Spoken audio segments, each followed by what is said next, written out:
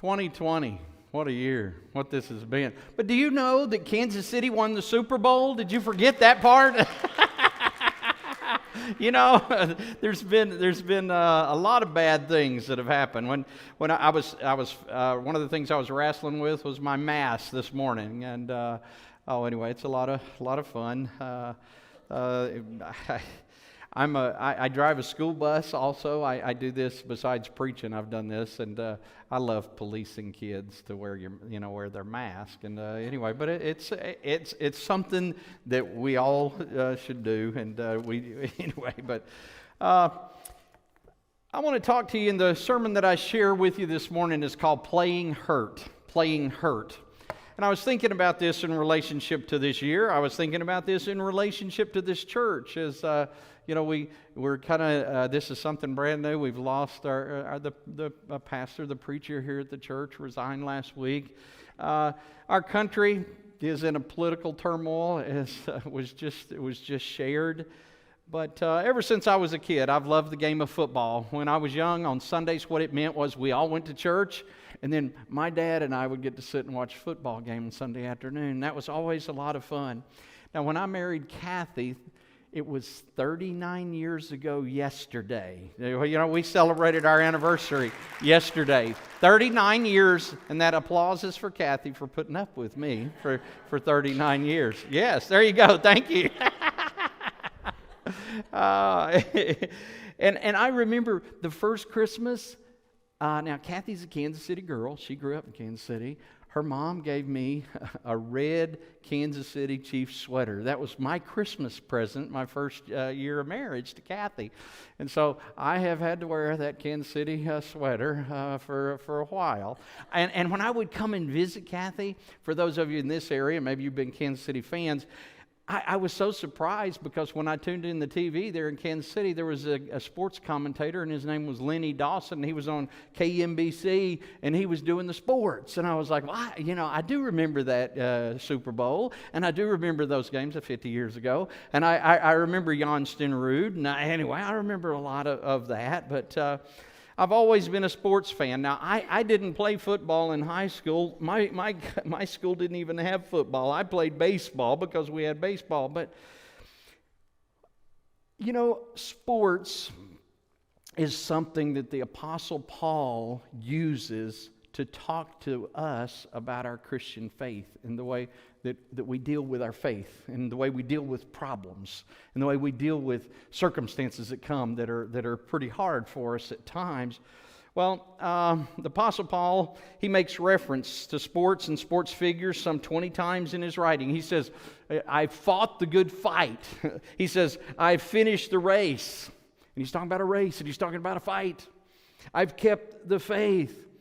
He says in Hebrews, it's chapter 12, he says, "Look, we're surrounded by such a great cloud of witnesses that," and he says, "run the race of perseverance that's set out before you." And he talks about running the race, and he talks about sports figures. In biblical times, in Ephesus, there was a church that he served at in his missionary journeys the most. It was 3 years in Ephesus. But there was a stadium there that held 24,000 people. So sports kind of has been a thing, and I think that's where he got these ideas, and he shared them with us. I want to read to you. Let's see if I can do this right. I'm going to read to you from 2 Corinthians chapter 4, and I'm going to read verses 8 and 9. It says, "Therefore, since through God's mercy we have this ministry, we do not lose heart." And I want you to think about that as the Countryside Christian Church, as he's sharing with us today. Therefore, since through God's mercy we have this ministry, we do not lose heart. We are hard pressed on every side, but not crushed. We're perplexed, but not in despair. We are persecuted, but not abandoned. We're struck down, but not destroyed. Sometimes it's easy to lose heart. It really is. And as I think about the church, and I think about the resignation of a pastor, you could lose heart over that. I was sharing with one of my neighbors, how in the Christian church, lots of times the preacher will stay for years and years. And she said, well, in our church, usually every 3 or 4 years, the preacher changes and moves, and just the differences. And anyway, I invited her, and she's here today. I'm glad she's here. She came to hear me preach because she's anyway my neighbor next door. But anyway, sometimes it's easy to lose heart. We can lose heart over the resignation of a pastor. We can lose heart over the resignation of a job. We can lose heart over the loss of a loved one.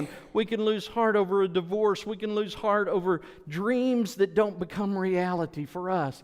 And Paul is writing, therefore, since through God's mercy we have this ministry, we do not lose heart. We are hard pressed on every side, but not crushed. We are perplexed, but not in despair. We are persecuted, but not abandoned. We are struck down, but not destroyed. Now, you're going to have to put up with me this morning as I share a few illustrations with you out of sports. I don't know if you've ever heard of this guy. His name was Jim Brown. He was a running back, and he played for the Cleveland Browns. Whenever they gave this guy the ball, he just seemed to be able to carry it further than just anybody that had ever been before him. And he set records that have not been broken even to this day. And let me tell you a little bit more about him. He had this trademark that when he was tackled, he was always very slow to get up. He was slow to get up. And one of the sports commentators said, why do you get up so slow every time when they tackle you? And he said these words, I don't want the opposition to know where I'm hurt. If I limp on my right leg, then they'll grab me and try to hurt my right leg. If I limp on my left leg, then they'll grab my left leg. He said, if I hold my back and go back to the huddle, somebody will put a helmet right in the middle of my back on the next play. He said, you often have to play this game when you're hurt. And I say, we often have to play the game of life when we're hurt. Lou Gehrig, he was called the Iron Man of baseball. He played 2,130 baseball games, and he never missed a game. Now, when he retired after 15 years, they x-rayed his fingers. Some of his fingers, all of them had been broken once. Some had been broken twice. Some had been broken 3 times. But here was a guy that never missed a game because he played when he was hurt. I don't know. What's the best football team that you ever think happened? When I was young, I always, Terry Bradshaw was from the town and went to some of the schools that I attended growing up, and I thought Terry Bradshaw and the Steelers were the best. Or some people thought, well, the Bears, that one, team, they had an incredible team. Well, what about Bill Belichick, and what about Tom Brady? The Patriots are pretty good. You remember Joe Montana and Jerry Rice, and wow, the 49ers have been impressive. And of course, everybody knows that the Cowboys are America's team. Now, I never really liked them, but growing up, it was Christmas. Kathy brought Caleb a T-shirt, and it said, I love the Cowboys. And she bought me a T-shirt, and it said, I hate the Cowboys. So anyway, he grew out of it, I want you to know. Anyway, it's a good thing. But what's the greatest football team? Sports writers say that team was in 1899, and it was from a town called Swanee, Tennessee, called College of the South. That team played 5 games in 6 days. 5 games in 6 days. They played University of Texas, Texas A&M, Tulane, LSU, and Mississippi College, which later Ole Miss is what it was called. They scored 113 points, and the opposition scored 0. And so, this is what people say, well, this was the greatest team. But they were bloody, they were broken, they were bruised, and it has, no doubt in anybody's mind that they played because they were hurt. Now, I didn't do any exams. I was kind of busy right before church, but I didn't do any exams to see. But I'll bet you there's some people that are in this crowd that have been hurt. I didn't see anyone come in a wheelchair this morning or crutches, but most of us have been hurt. We've been brokenhearted. We've been depressed. We've been lonely. We've been misunderstood. We've been disappointed. We've been offended. We've been broken. We've been given a raw deal. Oh, for a parent, lots of times the worst thing, the kids can hurt us in so many ways. But I'm going to share with you 3 thoughts. You need to play when you're hurt physically.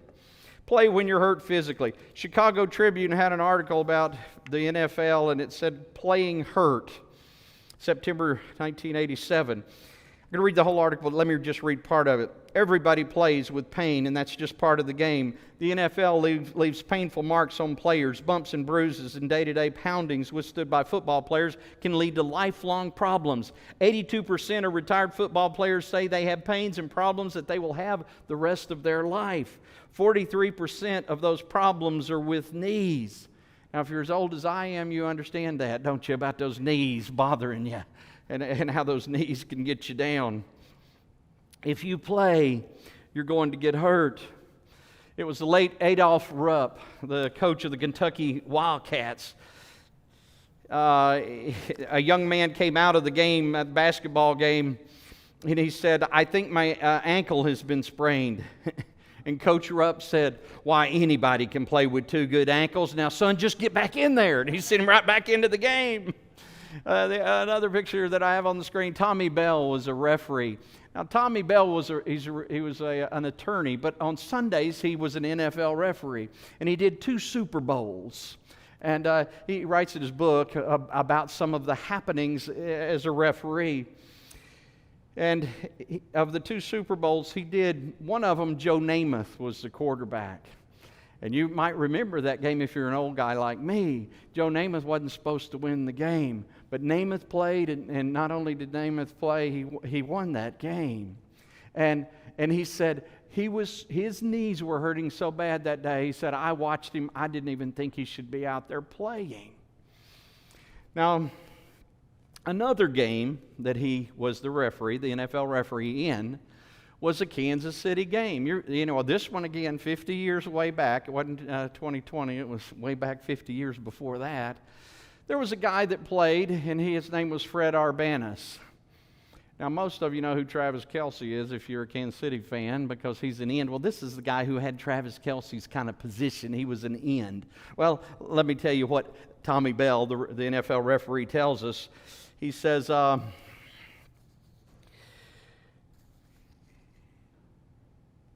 he went on a cross play. Fred Arbanis went on a cross play, and he hit another player head on. You know how these helmet to helmet things happen? Well, that's what happened. One of Fred Arbanis's eyes fell out, and he had a glass eye, and nobody really knew at that time. And it dropped on the turf, and it was there on the AstroTurf. Well, you know what they do? They go to commercial. You didn't see this, of course, but they go to commercial. They go over, get a bucket of water. They wash out his eye, and he sticks his eye back in, and he goes for the next play.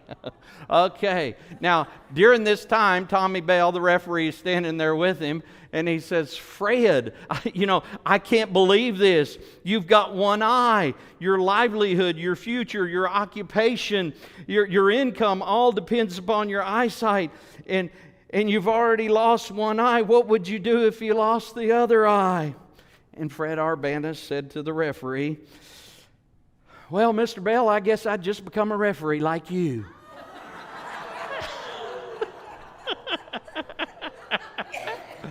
Now, the Apostle Paul, he played hurt. Now, this is in 2 Corinthians chapter 11, verse 24, says, 5 times I received from the Jews 40 lashes minus 1. Now, have you ever been persecuted to the point that you got beaten by the cat of 9 tails? 5 times? No. 3 times I was beaten with rods. Once I was stoned. 3 times I was shipwrecked. I spent a night and a day in the open sea. I have been constantly on the move. I've been in danger from rivers, in dangers from bandits, in danger from my own countrymen, in danger from Gentiles, in danger in the city, in danger in the country, in danger at sea, and in danger from false brothers. I have labored and toiled and often gone without sleep. I have known hunger and thirst and have often gone without food. I have been cold and naked. Besides everything else, I face daily the pressure of my concern for all of the churches. You know, Paul was a missionary, and he'd helped start churches on these different missionary journeys he'd gone on. And he was, and I'm telling you, the church is a thing that weighs on people.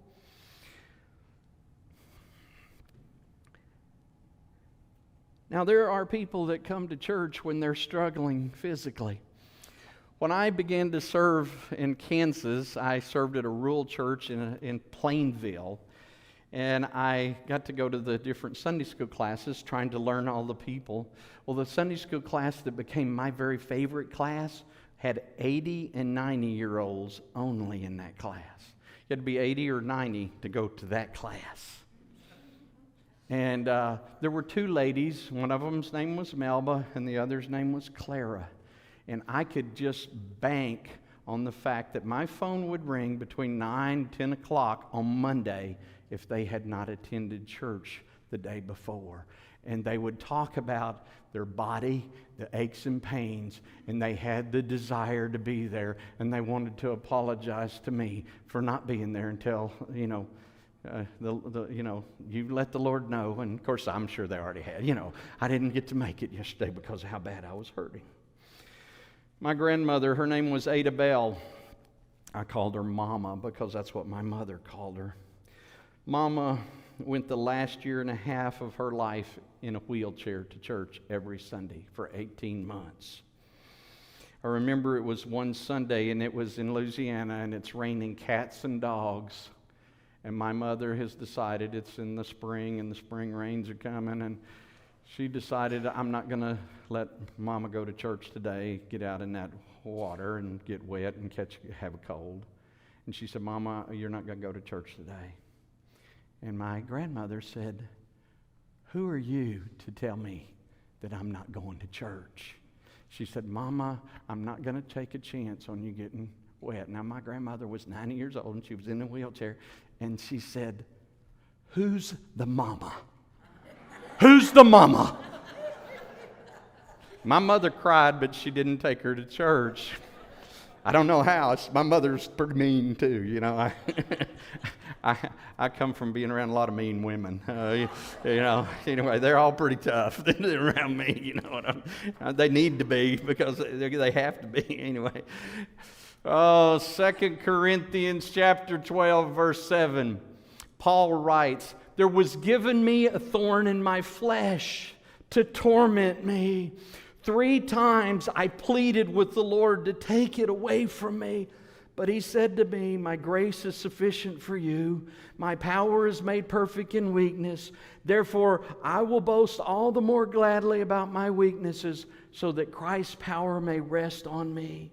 That is why, for Christ's sake, I delight in weaknesses, in insults, in hardships, in persecutions, in difficulties. For when I am weak, then I am strong.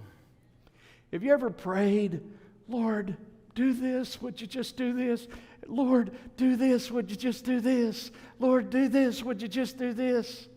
And he doesn't answer that prayer. If he does, he basically, God is saying no. Paul played even when he was hurt physically. Another thought that I share with you is play when you're hurt emotionally. Have you ever wanted to quit church? When I say that, have you ever known people to quit church? I've been going to church all my life, and I've met a lot of people over the years that have quit church. Strangely, I've even met preachers. I've worked with preachers that over the years they just quit the church. Not quit being preachers. They just quit the church, quit serving the Lord. I had a professor that was at Ozark Christian College just over in Joplin, an unbelievable man that one day his mind just clicked and he stopped teaching God's Word, and he was a bouncer in a bar in Las Vegas, the last that I knew. And you're like, whoa. Now, what happens? Lots of times people get their feelings hurt. They're hurt emotionally. They didn't get to sing a solo, or they weren't elected as an elder or deacon, or maybe their name was left out of the church paper. I should have been made the chairman of that committee. And honestly, they may be right about all of these things, but people are people, and people will do things that hurt you. I hope I haven't hurt you, but Would you like to talk about people that are lots of times really hurt emotionally? There's men, I'm sorry, there are men, but there are men, women, girls that wear the scars of incest. Boys, girls. How can you forgive? But they go on. There are spouses and children that have been emotionally affected by alcohol within the home. Dad or mom may have just lived this way. I've become friends with lots of those people over the years. But they go on. And there are men and women that have the scars of adultery and with their mates and their families that never really have had a vacation, maybe because dad just gambles away all of the money. And they have been hurt emotionally. There'll be setbacks in this life. Back to the sports. It was in 1991, Cincinnati Enquirer did a story about the Cincinnati Reds, and they'd won the World Series. They asked some of the different guys, well, this is the highest point in your life. What was the lowest point? One guy, Eric Davis, said, when they sent me down to the minors a year ago. Another one answered, it was 1988 and the Dodgers sent me down. Jeff Reed, I was 21 years of age. It was a good year for the Twins. It looked as though I would go to AAA and on to Toledo. And I went to the park and they didn't even call my name. I hadn't even made the team. And I went over to the coach and asked him what was the problem. And he said, son, you just need to go home. Now here he was, he'd won the World Series for the Reds, but he had been sent down. You know, he was a kid that he wasn't in St. Louis, he was in Springfield and hurting. Do you ever get hurt emotionally? Maybe not as an athlete, but just playing the game of life, financially or materially, however you want to look at it. He chose someone else, she chose someone else. I didn't get that raise. I didn't get that promotion. I didn't get that award. I didn't get to win that trip. You know, there are lots of things that you can be put down about emotionally. You've probably never seen this fellow's picture, never heard of him, Dr. Charles Eliot. Now, his silhouette is shown there, and I'll read you this story and you'll understand why. A young boy was born. He was probably a genius, but he had this tremendous liability. One whole side of his face had a terrible birthmark on it. His mother regretted the day that she sent Charles to school because she knew the kids and how kids are cruel, and she knew what would happen. He came home from school the first day and he was crying, and she asked, what's the wrong, Charles? What's the matter? The children made fun of my face. And she told him, if you study hard, you can be respected as an educator. And he studied hard. And when Dr. Charles Eliot retired as the president of Harvard University, he stood up and he gave a speech as he was exiting the school. And he said one of the greatest days of his life was when he was 6 years old and his mother told him, there's some things in life that you just cannot change. There's some things in life that you just cannot change. And you can sit on a pity porch, and I guess that we all have this thorn in our flesh. I don't know what yours is, and I don't know what mine is, but I'll tell you what, Jesus was someone that played when his feelings were hurt. Jesus spent 3 years with his disciples, these 12 guys. They saw every miracle. One time, they saw him as he stopped a funeral procession and he raised a man from the dead. And he gave back a son to this mother that had lost him. Jesus, they had watched him as he opened the eyes of the blind. They had seen Jesus heal the lepers. 3 long years, they were around him every day. And you know, nobody can hurt you like your friends. But at the cross, it was a whole new scene. All these guys, pretty much, but the Apostle John, had abandoned him. One fellow wrote this. It just kind of gives an illustration. Jesus was going to have a picnic. They ate loaves and fishes. How many could he get there? Well, there was 5,000 men, not counting all the women and children. Who knows how many were there? Well, Jesus said, I want somebody to help me preach. Well, that 5,000 dropped down to 500. I want somebody to help me pray. That 500 dropped down to 120 in Acts 1. Anyway, I want somebody to witness, and that 120 dropped down to 70. I want somebody to be my disciples, and that 70 dropped down to 12. I want somebody to pray all night with me in the garden, and that 12 dropped down to 3, Peter, James, and John.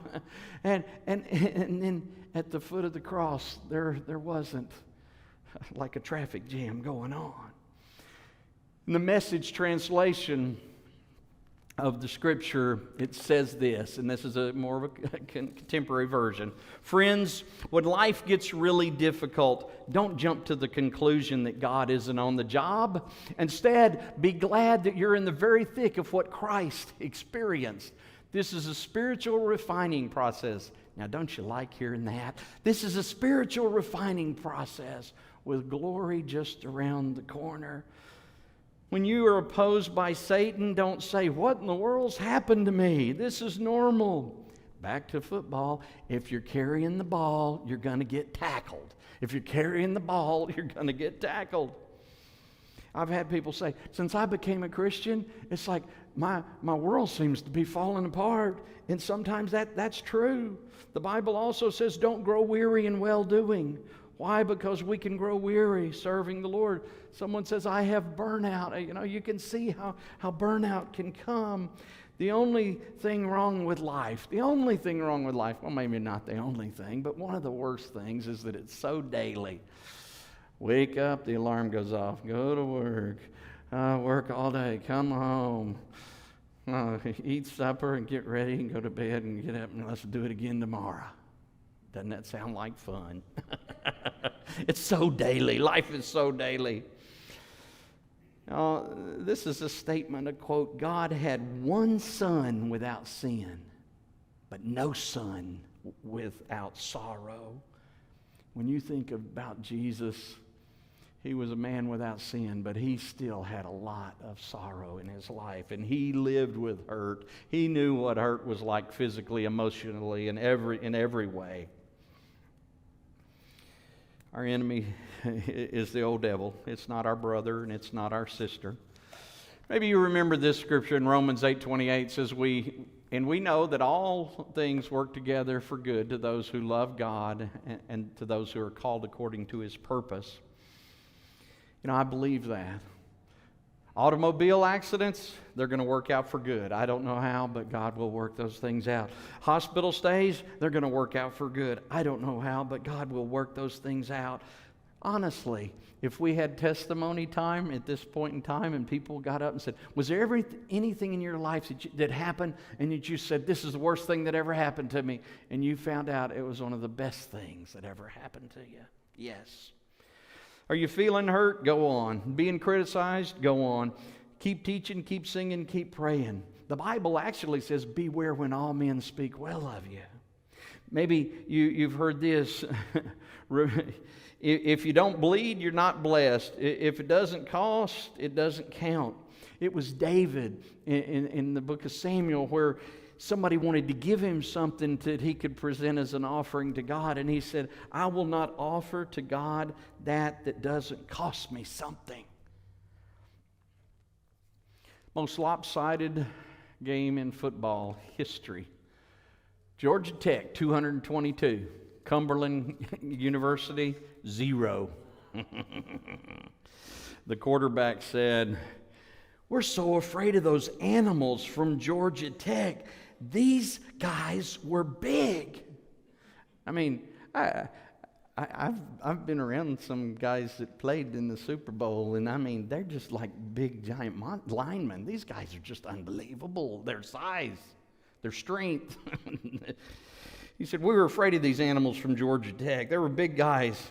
And when we even got near the ball, they would kill us. One time I fumbled the ball and it rolled over by my buddy. And he just stood there and I yelled, pick up the ball. And he yelled back, you pick it up. You dropped it. I don't want them jumping on me.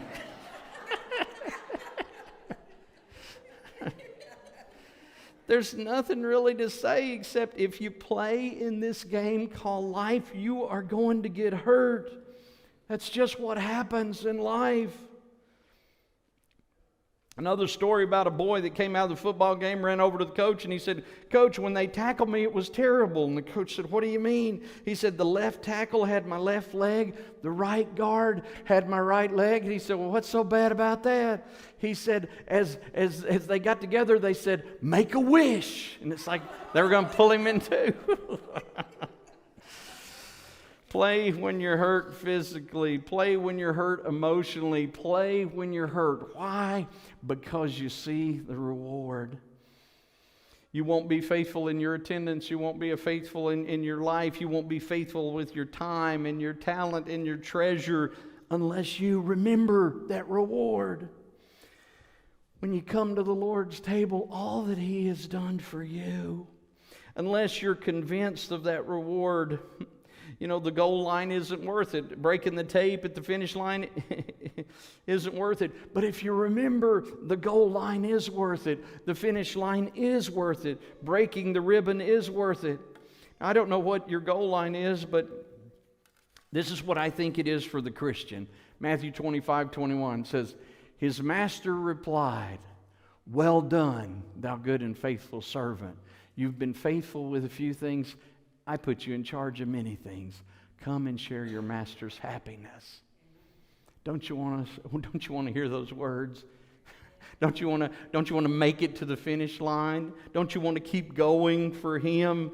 Do you see the reward that's out there? Well, let me remind you about that. Paul wrote in 1 Corinthians chapter 2, verse 9, "However, as it is written, no eye has seen, no ear has heard, no mind has conceived what God has prepared for those who love Him."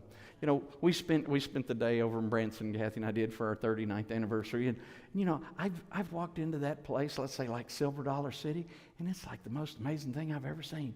But no eye has seen, no ear has heard, no mind has conceived what God has prepared for those who love Him. Are you in the game?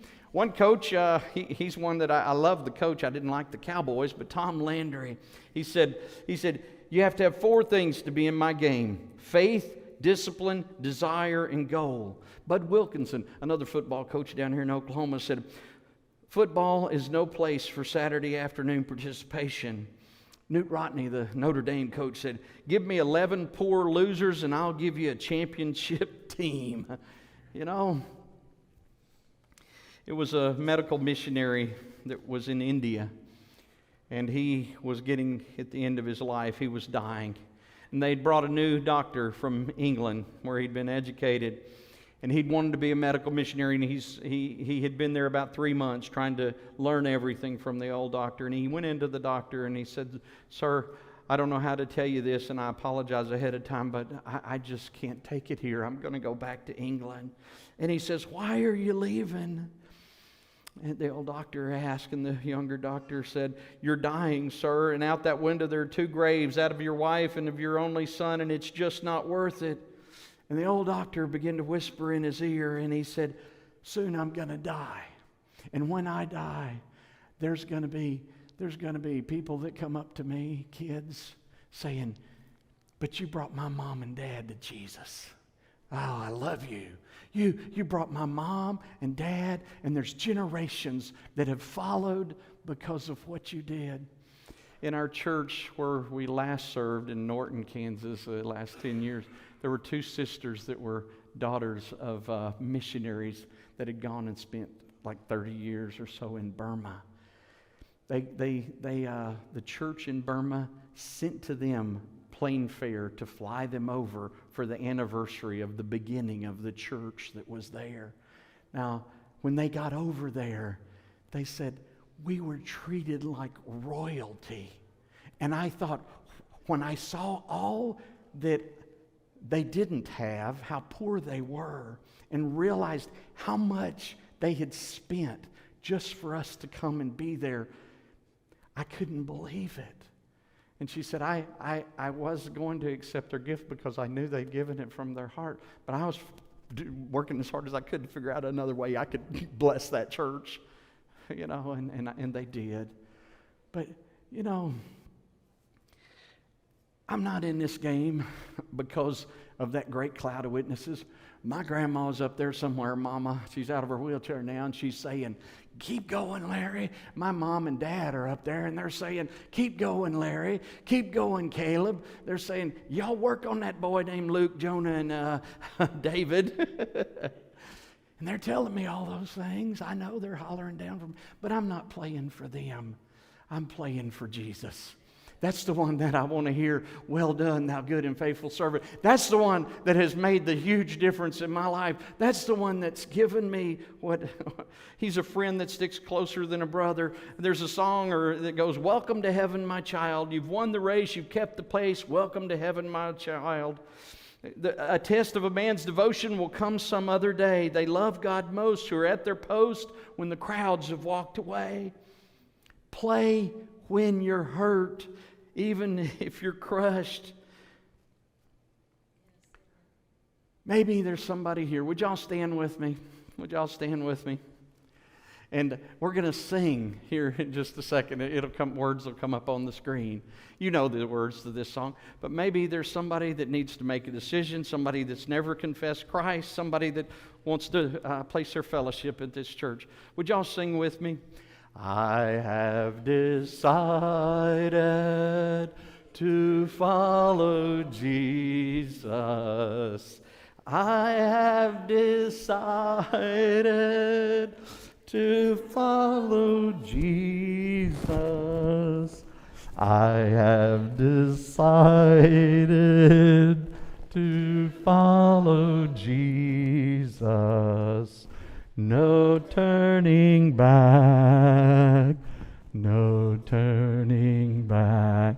This morning, Rick and Sonia Jenkins come. They were here last week, and they attended church, and they got a hold of Caleb this week, and we're talking to Caleb, and they said, we really feel like the Lord wants us to plug in at this place. And so they come here this morning.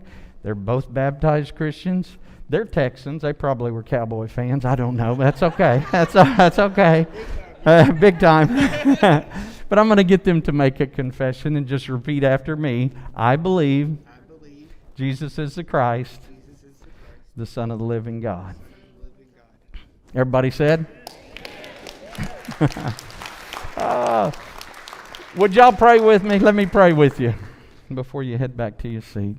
Father in heaven, we thank you for Rick and Sonia, for their lives and their love for you. Father, we just pray that in this place that we can serve together to make a difference in this world. Lord, help us to heed the communion thought message today, to love one another as Christ loved us. Help people to realize that as we love others, that glory is given to you. And it's in Jesus' name I pray. Amen.